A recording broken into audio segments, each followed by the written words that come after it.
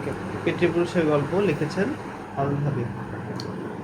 অন্তুর মামা বড় বেশি একটা ঢাকা শহরে আসেন না। ওর মা চিঠি লিখে কত বলেন, কাজল তুই ঢাকা শহরে চলে আয়, আমার বাসাতেই থাকবি যতদিন তোর চাকরি না হয়। কাজল মামা তবুও আসে না। গ্রামে নাকি তার খুব ভালো লাগে কাজল মামার। তাহলে প্রশ্ন আসতে পারে যে কাজল মামার কোথায় ভালো লাগে? গ্রাম নাকি তার খুব ভালো লাগে। 1971 সাল, কাজল মামা ঢাকা বিশ্ববিদ্যালয়ে পড়তো। পড়তে পড়তেই বেঁধে গেল যুদ্ধ। একদিন ঢাকা ছেড়ে হঠাৎ সে গ্রামে এসে হাজির। তারপর রাত দিন সে গ্রামে এ গ্রামে সে গ্রামে ঘুরে ছেলেদের জোগাড় করে মিছিল মিটিং করে, রাইফেল জোগাড় করে ট্রেনিং করে, আরও কত। অন্তুর নানা তারে বকতেন, বাবা এসব করিস নে, বিপদে পড়বি। বাঘা বাঙালিরা এবার যুদ্ধ করে বাবা, স্বাধীনতা এবার আসবেই, সাহস নিয়ে বলতো কাজল মামা। সেই কাজল মামার যুদ্ধের গল্প শুনবার জন্য অধীর আগ্রহ অপেক্ষা করছে অন্তু। তাহলে আমরা কি পাইলাম? অন্তু একটা চরিত্র পাইলাম। অন্তু হইল বাবার ভাইগনা, বুঝছো? আর এই যে অন্তুর নানা।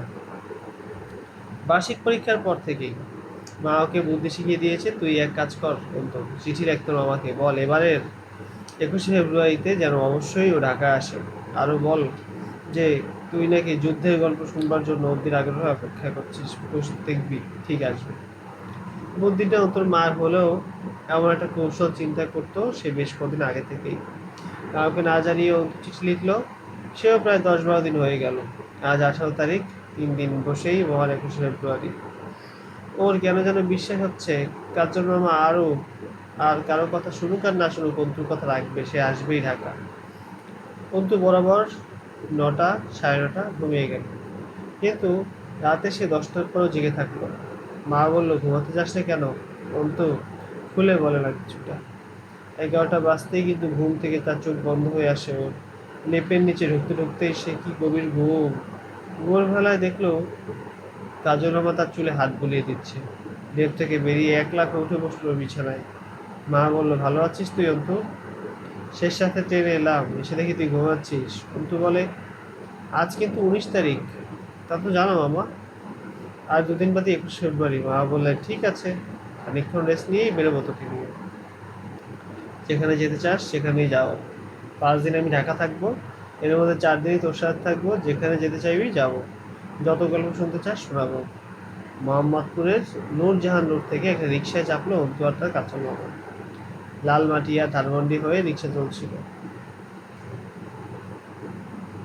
মামা বলছিলেন, এই যে রাস্তাটা দিয়ে যাচ্ছি এর নাম 7 মসজিদ রোড।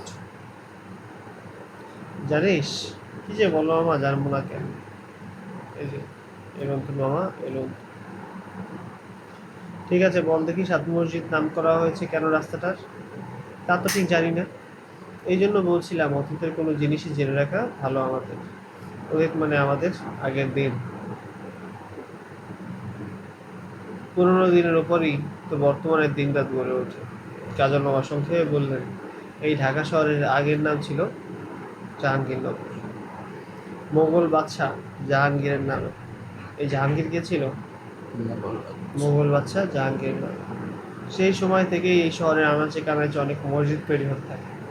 এই রাস্তাটা পিলখানার মোড় থেকে মোহাম্মদপুর এসে 7 গম্বুজ মসজিদে ঠেকেছে।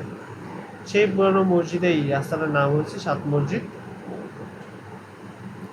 রিক্সাটা নিউ মার্কেট পেরিয়ে নীলক্ষেত হয়ে বিশ্ববিদ্যালয় এলাকার মধ্যে ঢুকতেই অন্তু জিজ্ঞেস করে, তুমি নাকি এই বিশ্ববিদ্যালয়ে পড়তে মামা? হ্যাঁ পড়তাম একদিন। তুই জানলি কি করে? মা বলেছিল তুমি বিশ্ববিদ্যালয়ে যখন পড়তে তখনই যুদ্ধ গিয়েছিলে। অন্তু, যুদ্ধ আর মুক্তিযুদ্ধের মধ্যে অনেক তফাৎ। যুদ্ধ হয় রাজায় রাজায়, এক দেশ আরেক দেশে লোভ লালসায়। যুদ্ধ শক্তি দেখায় একজন মানুষ, কষ্ট হয় সাধারণ মানুষের। কিন্তু মুক্তিযুদ্ধ মুক্তিযুদ্ধ স্বাধীনতার জন্য, একটা জাতি বেঁচে থাকার জন্য, সব অন্যায় আর শৃঙ্খলা থেকে মুক্তি পাওয়ার জন্য। 71 সালে আমরা মুক্তিযুদ্ধ করেছিলাম, এসব সাধারণ যুদ্ধ ছিল না। দেখতে দেখতে রিক্সাটা রোকেয়া হল, শামসুন্নাহার হল থেকে বেরিয়ে জগন্নাথ হলের সামনে এসে পৌঁছালো। রাজা বাবা বললেন, এই যে ডান পাশে বিল্ডিংটা দেখছিস, ওটার নাম কি জানিস? বললো, না। বললো, এটার নাম জগন্নাথ হল, বিশ্ববিদ্যালয়ের ছাত্ররা থাকে। তুমি থাকতে এখানে? বললো না, আমি থাকতাম হাজী মোহাম্মদ মহসিন হলে। কেন? কারণ জগন্নাথ হলে থাকে হিন্দুরা, আর হাজী মোহাম্মদ মহসিন হলে থাকে মুসলমান ছেলেরা। পাকিস্তান হানাদার বাহিনী এই হলে কয়েক শত ছাত্রকে ওই মাঠটাতে একসাথে দাঁড় করিয়ে গুলি করে মেরেছিল। কেন? কারণ পাকিস্তানের সামরিক আমাদের বাংলাদেশকে গোলাম করে রাখতে চেয়েছিল। আর ছাত্ররা যেহেতু তরুণ, পাকিস্তানের সব অন্যায় প্রতিবাদ করতো, তাই ওদের গুলির শিকার হতে হয়েছিল। কেন্দ্রীয় শহীদ মিনারের সামনে এসে রিক্সা ভাড়া মিটিয়ে দিলেন কাজল মামা। দুদিন বাদেই মহান ২১ ফেব্রুয়ারি। মামা বলেন, অন্তু, এই পৃথিবীতে অসংখ্য অগণিত জাতি গোষ্ঠী বসবাস করে। ওদের মধ্যে যারা স্বাধীন হয়েছে তাদের জন্য এই স্বাধীনতা লাভের পেছনে প্রচুর ত্যাগ তিতিক্ষা সহ্য করতে হয়েছে। অনেক রক্তের ইতিহাস আছে, হাজার লক্ষ প্রাণদানের করুণ কাহিনী আছে। সেই সব রক্তের স্মৃতিকে ভবিষ্যতের বংশধররা বাঁচিয়ে রাখতেই শহীদ মিনারের মতো স্মৃতিসৌধ গড়ে উঠেছে। মন্ত্রী বলেন, বাবা, এবার কি তুমি ফোন দিতে আসবে শহীদ মিনারে? আসবো, গ্রামে থাকি, অনেক বছর আসতে পারি না, এবার তোকেই নিয়ে আসবো। বলতো অন্তু, শহীদ মিনার বাঙালির স্মৃতিসৌধ কেন? মায়ের বাংলা ভাষা রক্ষা করতে গিয়ে এখানে অনেক বাঙালি প্রাণ দিয়েছে একদিন, এই জন্য শহীদ মিনার বাংলার স্মৃতি মিনার। ঠিক আছে, প্রশ্ন আসতে পারে, শহীদ মিনার বাঙালির স্মৃতিসৌধ কেন? কারণ মায়ের ভাষা বাংলাকে রক্ষা করতে গিয়ে তার প্রাণ দিতে হয়েছে। তো অন্তর্নামা বললেন, তুই তো অনেক কিছু জানিস। এই শহীদ মিনার হলো আমাদের ভাষা আন্দোলনের শহীদদের স্মৃতির মিনার। পাকিস্তানিরা চেয়েছেন উর্দু চাপিয়ে দিতে, আমরা তা মেনে নেইনি। 1952 সালে 21 ফেব্রুয়ারি ঠিক এই জায়গায় তারা উর্দু ভাষা নিয়ে চাপিয়ে দেওয়ার বিরুদ্ধে আন্দোলন করেছিল। পুলিশ অনেককে হত্যা করেছে। এই বিনিময়ে, তাদের প্রাণের বিনিময়ে আমরা পেয়েছি আমাদের বাংলা ভাষা। অন্তুর মুখ দিয়ে কাজলমা বুঝলেন তার মন খারাপ করছে। মানুষ মানুষই গুলি করে মেরে ফেলতে পারে, এই ব্যাপারটা কিছুতেই সে মেনে নিতে পারে না। মা বলে, মামাকে বলে, মামা, তুমিও কি এখানে ছিলে? না রে পাগল, আমি তো তখন তোর মতোই ছোট। এখানে যারা 52 সাল রক্ত দিয়েছে তারা সবাই আমার বড়, ওরা আমাদের পিতৃপুরুষ, ওদের আমরা চিরদিন মনে রাখবো, শ্রদ্ধা করব। কাজল মামার হাত ধরে অন্তু একের পর এক সিঁড়ি গিয়ে শহীদ মিনারে উঠল। মামার কাছে 21 ফেব্রুয়ারির কাহিনী শুনে সে আগ্রহী হয়ে নিজ জাতির অতীত সংগ্রামের কাহিনী শুনতে চায়। কেউ তো আগে এমন করে বলেনি তাকে, অথচ কত কাহিনী আছে বাঙালি জাতির। অন্তু বলে, তুমি আমাকে আরো কাহিনী বলো মামা। 21 ফেব্রুয়ারির দিন যখন ফুল দিতে আসবি সেদিন আরো বলবো। আর শুধু এতটুকুই বলি, এই 21 ফেব্রুয়ারি শহীদরা কি হয়েছে বলো? ফেব্রুয়ারি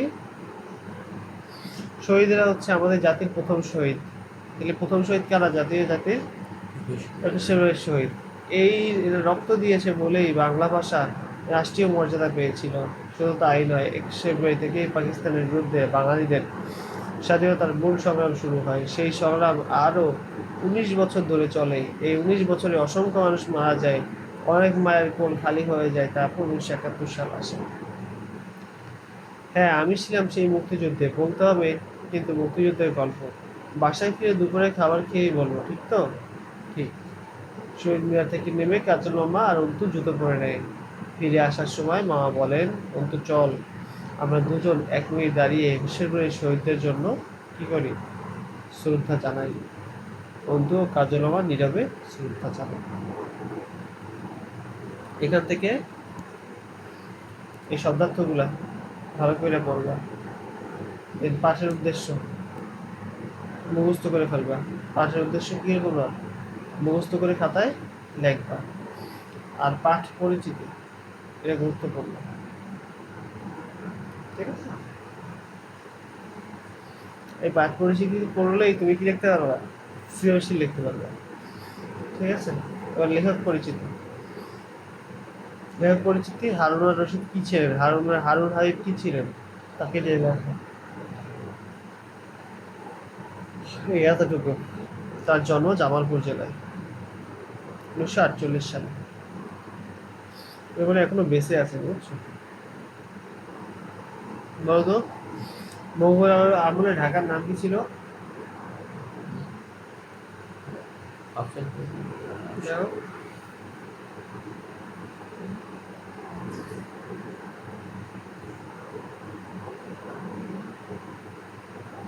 জাহাঙ্গীরনগর।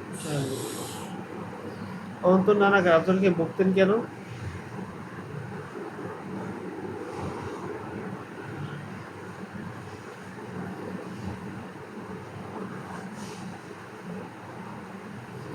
মুক্তিযুদ্ধে অংশগ্রহণ কারণে। ঠিক আছে। 1971 সালে কাজল মামা কোথায় পড়তেন? ঢাকা বিশ্ব। যুদ্ধ আর মুক্তিযুদ্ধের মধ্যে পার্থক্য কি? যুদ্ধ হয় রাজায় রাজায়, আর মুক্তিযুদ্ধ হয় জনতার স্বাধীনতা। ঠিক আছে তাহলে।